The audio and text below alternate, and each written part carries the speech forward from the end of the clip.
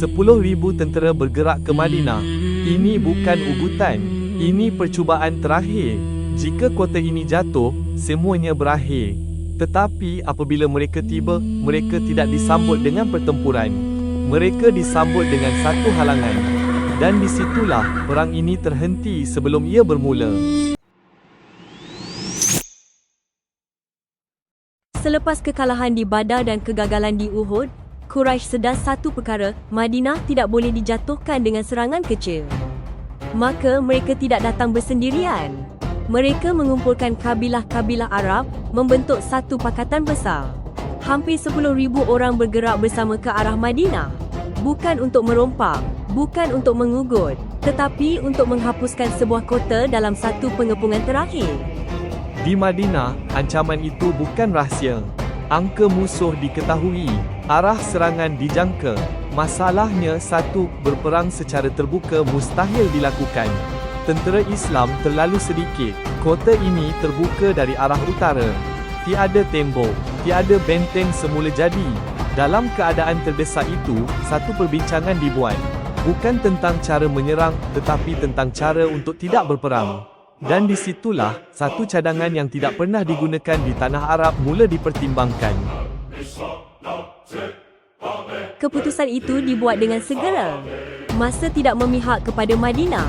Penggalian parit dimulakan di bahagian utara kota, satu-satunya laluan terbuka yang boleh ditembusi tentera berkuda. Kerja ini dilakukan ketika bulan Ramadan. Dalam keadaan berpuasa, dengan peralatan yang terhad, parit digali secara manual menggunakan cangkul, batu dan tangan. Tiada pembahagian kerja moden. Setiap orang menggali bahagian masing-masing. Parit ini bukan sekadar panjang. Ia digali cukup lebar dan dalam untuk menghalang kuda daripada melompat dan memecahkan formasi serangan. Ini bukan kerja simbolik. Ini persiapan pertahanan terakhir sebelum musuh tiba. Apabila tentera Ahzab tiba di Madinah, mereka menjangka satu pertempuran terbuka. Tetapi, apa yang mereka temui bukan barisan tentera, bukan pintu kota, sebaliknya satu parit yang memutuskan laluan serangan. Percubaan dibuat untuk mendekati.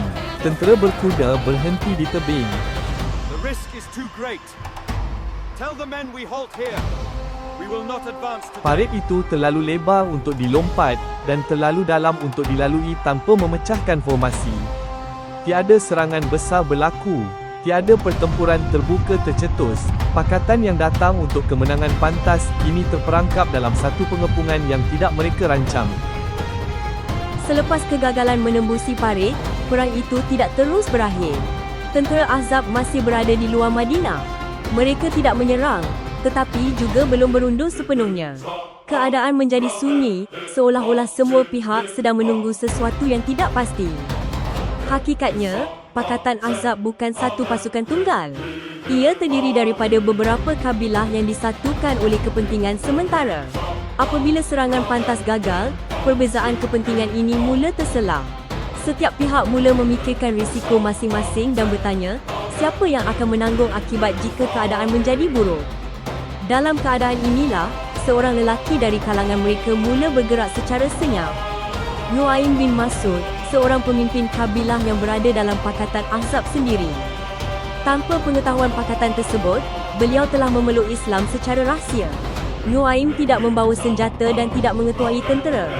Sebaliknya, beliau bergerak dari satu kumpulan ke kumpulan yang lain, berbicara secara tertutup dan berhati-hati. Kepada setiap pihak, beliau menimbulkan persoalan tentang kesetiaan sekutu mereka.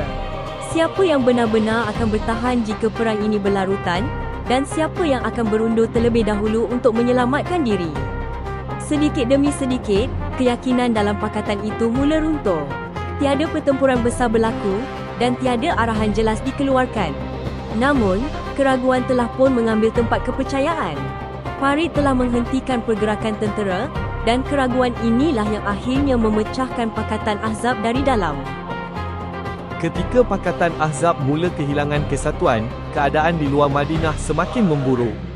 Angin kencang bertiup tanpa henti, suhu malam menjadi semakin sejuk, dan kehidupan di kem mula menjadi sukar. Bekalan semakin terhad dan tiada kepastian berapa lama pengepungan ini mampu diteruskan. Dalam suasana yang penuh keraguan itu, tiada lagi arahan jelas dikeluarkan. Setiap kabilah mula membuat keputusan sendiri. Sebahagian mula berkemas, sebahagian yang lain bersiap untuk berundur lebih awal. Pakatan yang sebelum ini hadir dengan kekuatan angka kini berpecah tanpa satu keputusan bersama. Akhirnya, tentera Ahzab meninggalkan kawasan Madinah satu demi satu. Tiada pertempuran besar berlaku, tiada kemenangan yang diraikan. Pengepungan itu berakhir bukan kerana kekalahan di medan perang, tetapi kerana kegagalan mengekalkan kesatuan. Parit yang digali telah menghalang serangan. Keraguan yang menyusul pula telah menamatkan pengepungan. Dan perang Kandak berakhir tanpa pertempuran terbuka, tetapi dengan kesan yang kekal dalam sejarah. Dan Allah telah menghalau kembali orang-orang yang kafir itu. Dengan keadaan mereka geram dan marah, mereka tidak mendapat sebarang keuntungan. Dan Allah selamatkan orang-orang yang beriman dari bencana menghadapi peperangan itu. Dan Allah Maha Kuat lagi Maha Kuasa. Surah Al-Ahzab ayat 25.